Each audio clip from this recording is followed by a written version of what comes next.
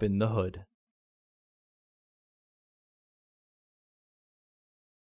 The cabin air filter is located here. Remove the access panel. Unclip the housing panel.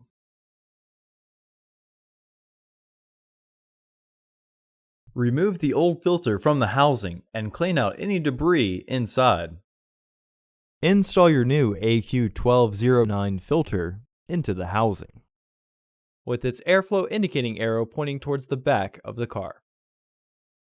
Your cabin filter should be changed every 15,000 miles or 1 year.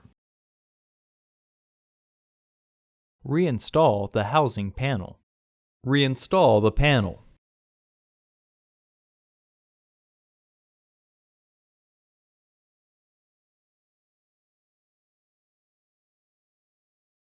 Close the hood.